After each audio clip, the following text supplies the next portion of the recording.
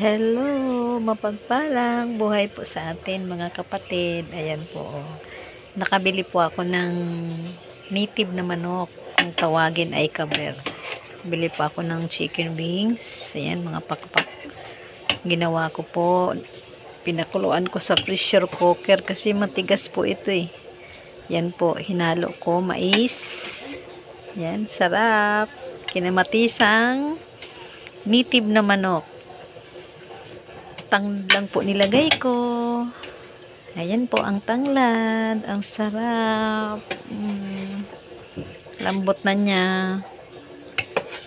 Ayan po, oh, ang sarap. Yun po yung kamatis, oh, ang sarap.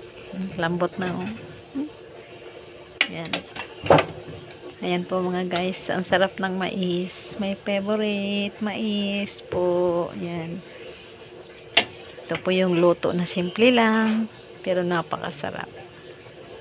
Kinamatisang native na manok. Ayan. With mais. Ayan, sarap. Ayan.